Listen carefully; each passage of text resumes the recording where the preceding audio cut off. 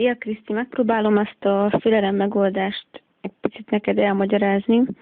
Egyszerűen találom, mint hogy megírjam e-mailbe. Nos, elsősorban úgy kezdem a félelem megoldást, hogy emlékeztetem magam, hogy ki is vagyok valójában. Egy emberi lény, azaz egy testtel rendelkező lélek. Ez nagyon fontos, mivel az egóm az, aki fél, és nem tudom az ő tudatossági vagy rezgés szintjén megoldani a félelmemet az áldozat szerepben, ezért magamra hangolódok. Leülök egy csendes helyre, a figyelmemmel befelé figyelek, a légzésemet és a szív mögötti részt kezdem figyelni, ahol a lélek rejtőzik. Ilyenkor jöhetnek be gondolatok, megfigyelgetem őket, de nem ítélkezem, csak figyelem, a belső figyelemmel figyelem, és így eltűnnek. Egyszer darabig jönnek, és aztán lassacskán eltűnnek.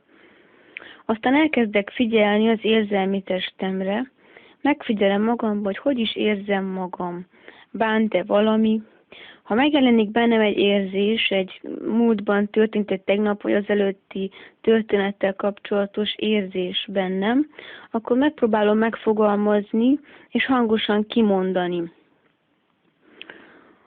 Ha időm kedvem tartja, megkereshetem az ez alatt húzódó félelmet, és lejegyzem, vagy helyben megoldom. Nos, például, tegnap tegyük fel, összevesztem a társammal egy nagyon piti ügyben, viszont bennem maradt az a kellemetlen érzés, és próbálom megfogalmazni, hogy is érzem magam. Például, nagyon szomorú vagyok, hogy egyfolytában vitatkozunk. És akkor ezen kezdek dolgozni magamban, most függ, hogy most tényleg ezzel a félelemmel szeretnék foglalkozni, vagy ráérez később megoldanom. Ahogy kimondtam azt, hogy hogyan érzem magam, az már nagyon sokat segít az összpontosításban, és valamennyire feloldja bennem ezt a terhet.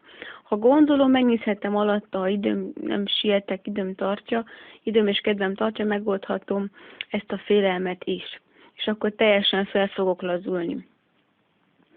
Nos, ha már sikerült mentálisan és érzelmi testeimet lenyugtatni, úgy érzem, hogy kezdek egyre jobban lenni, akkor jól haladok, ha nem, addig próbálkozom, amíg sikerül. Lehet, hogy ez egyből nem fog menni, több gyakorlást igényel, de semmi gond, nem kell feladni. Ezt lehet egy nap többször is próbálkozni. Lényeg az, hogy egy teljesen külön tudjak lenni, egy olyan helyen, ahol senki sem zavar, nem szólal meg a telefon, nem fog senki rám nyitni, és onnan el tudok lenni egy 30 perc, egy órán keresztül hosszúságú ideig, ahol érzem azt, hogy nem kell siessek, hanem nyugodtan elengedhetem magam. Most beszéltünk arról, hogyha sikerült a mentális és érzelmi testet lenyugtatni, akkor tovább lépek a fizikai testhez, amelyik ilyenkor a lenyugtatás után megjelenik benne egyfajta reszketés, egyfajta remegés, egy kicsi apró, finom remegés. Ezek nem más, mint a sejteimnek a félelme, sejtszinti félelem, akik teljesen borzonganak az ismeretlentől, hogy na, aztán most mi fog történni velünk. És nagyon fontos ilyenkor, hogy ezeket a sejteket megnyugtassam. Elkezdem figyelgetni őket, hol vannak összehúzódva, hol remegnek, és elkezdem mondani, hogy semmi baj, nem fog történni semmi, ne aggódjatok. És akkor kezdem figyelni, hogy kezdenek felosztani, mivel ne felejtsük el, hogy a figyelem a legmagasabb rezgés, legmagasabb energia.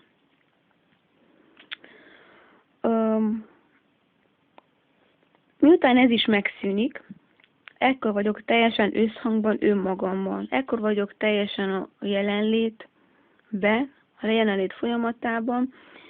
Nincs bennem se kitágulás, se összehúzódás, hanem mély béke, nyugalom, és egyfajta energia, egyfajta ilyen pulzáló, kellemes átfolyást érzek magamban.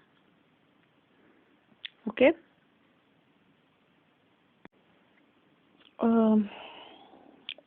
Feltetted a kérdést a fogfélelmet, de hogy mi történik, hogyha nem mosom meg a fogaimat, illetve hogyha nem megyek fogorvoshoz, akkor el fognak romlani. Na most Tegyük fel az első félelmet, tehát kettőfele választottam. Az első félelem, félek, hogyha nem mosom a fogaimat, elromlanak. Ha most a hámert ismerve személy szerint fel sem merül bennem, mivel tudom, hogy bármilyen elváltozás a fogaimnál egy konfliktus okozza. Az előső fogak nem tudom elharapni a falatot, illetve az oldalsó rágófogak jobbkezes embernél balfelé anya-gyerekkel kapcsolatos konfliktus, illetve a jobb felén partnerrel kapcsolatos rágódás. Ez fizikailag észrevehető, a rágódás, a feszültség.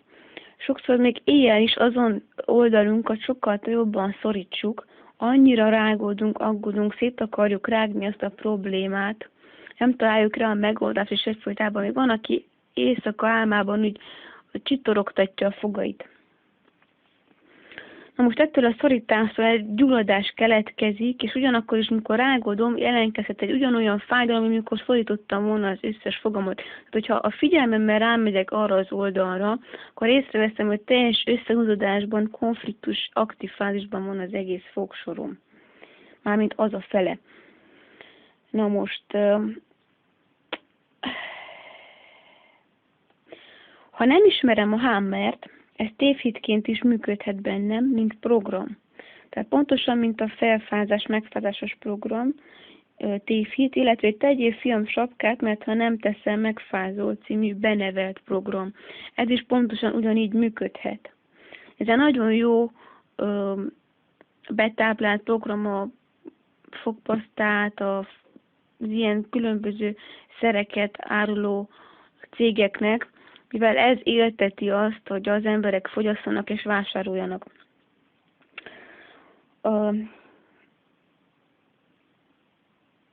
Mit tehetek? Meggyőződöm, utána nézek, elkezdem tanulmányozni a hámer azon részét, amelyik a fogakkal foglalkozik. Kipróbálom, és elmondom fogaimnak, hogy most már tudom, hogy hogyan működtök. Én már nem félek attól, hogyha nem mosok fogat, meg fogtok romolni. Ez már természetes, hogy ez nem így történik. Tehát régebb sem volt fogkefe és fogpaszta. Az ősemberek sem mostak fogat, és mégis nagyon jó foguk volt, sőt, a komoly rágástól, a vadhús elrágásától, a nyers hús elrágásától nagyon-nagyon fárasztó a fognak, az egész állkapocsnak. Ha nagyon is szükség volt, már nem, akkor ilyen haltak volna. Tehát értem? Mi a harmadik lépés ennek, hogy ezentúl kevésbé mosom a fogam, illetve csak sós vízzel, tehát én például úgy szoktam, hogy a kis bögrébe összekeverek ilyen nem jódozott sót, tehát az eltevési sót, langyos vízbe jól elkeverem, az feloldódik, és akkor ügyesen fogkefével, öblögetve ezzel a sós vízzel, azzal öblintem ki a fogaimat. Mert a fluor tartalmú fogkrémek sokkal tartalmasabbak, és főleg akkor, hogyha az ember lenyeli. Illetve szoktam én néha használni a sós víz mellé, vagy akár önállóan a szodabikarbonát, mert az fehéríti, és egy kicsit ilyen szemcsés is zsakava, szemcsés ugye a szodabikarbóna, meg van egy pici sótartalma is, és azzal meg lehet dörzsölni a fogat, a foginyát, és sőt, ez kedvez az egész fogsornak, az egész vérkeringésnek, mindennek, és akkor lehet, hogy fog egy kicsit vérezni, valami, de semmi gond, amíg egy kicsit átszokik erre a fajta állagú szerre, úgymond. Másik félelem a fogaimnál, félek elmondani másnak, hogy én már nem mosok úgy fogat, vagy hogy egyáltalán nem mosok fogat. Mi történhet a legrosszabb? Mondjuk azt mondják, hogy hülye vagyok, elromlanak a fogaim. Ha meggyőződtem, kipróbáltam, és tudom, hogy működik a hámer, nem érzek összehúzódást, akkor lepeleg rólam ez a fajta támadás, hogy félelem megsérelnik, hát ez az ő véleménye. Hadd mondjon azt, amit ő akar, én tudom, hogy mi az igazság. Megtörtént egy olyan eset is, hogy nem fog a párom ezentúl megcsókolni, ha szagos a szám. Amitől nem mosok gyakran, vagy fogpasztával fogat, nem jelenti azt, hogy szagos lesz a szám. Ha szagos a szám, megnézem, hol a baj. A fogaimtól jön? megnézem, mire jelez ez. Mit tudom, tegyük fel, rágófognál van probléma, hogy elkezdett begenyesedni, vagy elkezd kiukadni. Tehát megkeresem, hol a probléma. Lehet, hogy csak egy sima gyulladás, amit ő próbál egy kis gennyel helyrehozni, és annak valóban szagja van. Tehát semmi gond, egy kicsi sós, vízes öblögetés, az abszolút nem árt neki, sőt, segít az ő helyrejövésében, regenerálódásában, és a szagot is eltünteti. Ugyanakkor megjelenhet egyfajta fogszúvasodás is, az már más tészta, mert olyankor a fog már elkezd egy nyílt térként működni, és maga a fog próbálja helyrehozni magát, hogy ezt a fajta gennyet, meg egyéb anyagokat küld arra részre, hogy az a lyukat ő úgymond betömje, hogy újból egy kicsi szisztéma jön létre, amit ő meg tud erősíteni. De ha már ő kívülről teljesen kiukat, és ezt már nem tudja megerősíteni, és nem tud annyi folyadékot termelni, hogy nekem azt a részt megtartsa. Ezért nagyon sokáig gennyezhet a fogam. Persze itt több dolog is van, hogy egyrészt ő akarja a lyukat tömni, másrészt meg nekem konfliktus aktív fázisom van annál a fognál. Tehát ezért ilyenkor javasolt, hogyha már érzékeny a fogam, és már eléggé gyatra ez a szúvasodás, akkor elmenni egy fogorvoshoz, aki kipucolja, rendbe teszi, betömi azt a fogat, és utána megy minden tovább. Majd térjünk vissza arra félem, hogy nem fog a párom ezentúl megcsókolni. Igen. Meg tudom nézni, hogyha valamelyik fogam begyullad, hogy rágottam. Ha rágottam, mind rágottam, és mi a félelem. Megnézem, mit próbál jelezni a fogam, mert a fogaim is jeleznek arra, hogy mit rágódom, mire nem tárok megoldást. Anya-gyerek problémám, tehát az anyámmal vagy gyerekemmel kapcsolatos konfliktusommal kapcsolatos rágódás, illetve a partneremmel kapcsolatos rágódás. Az is lehet, hogy a mandulám gennyes, ez már falat konfliktusra utal, valamit nem tudok lenyelni vagy kimondani, vagy épp a gyomromból jön fel ez a fajta szag. Lehet megkönnyebbülök, ez is egy variáns, hogy nem kell többé csókolóznom. Illetve, ahányszor szagos lenne a szám, ami nagyon is ritka, mert mint mondtam, amitől nem mosok gyakran fogat, illetve ha nem mosom Colgate Totállal, vagy akármilyen más szerrel a fogamat, nem jelenti azt, hogy szagos kell legyen a szám. Tehát ahányszor szagos lenne a szám, az nagyon ritka, annyit kibírok, hogy ne csókoljanak meg. Illetve általánosan az emberek kiközösítenek, csúfolkodnak velem. Ez rávezet engem az egyedülléti konfliktusra, a félelemre, illetve arra, hogy meghalok.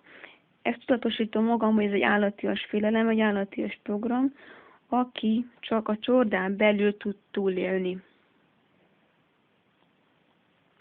Ha kibeszéltem, elmondom, tehát kibeszéltem az egész lehetőséget magamba, és már úgy érzem, hogy kezdek fellazulni, már nincs bennem összehúzódás, és elképzelem magamban, hogy na most megyek el, mondjam el a férjemnek, vagy most megyek el, mondjam el a barátaimnak, hogy én nem mosok fogat, illetve már nem mosom úgy a fogam, vagy annyiszor, ahányszor szoktam, akkor megyek és megteszem. Elmondom néhány ismerősömnek, hogy nem mosok fogat, és mit fedeztem fel? Felfedeztem a hámmet, és milyen nagyszerű érzés így élni, mivel megkönnyebbíti ezt a kényszeres fogmosásos problémámat, és jobban tudok magamra figyelni.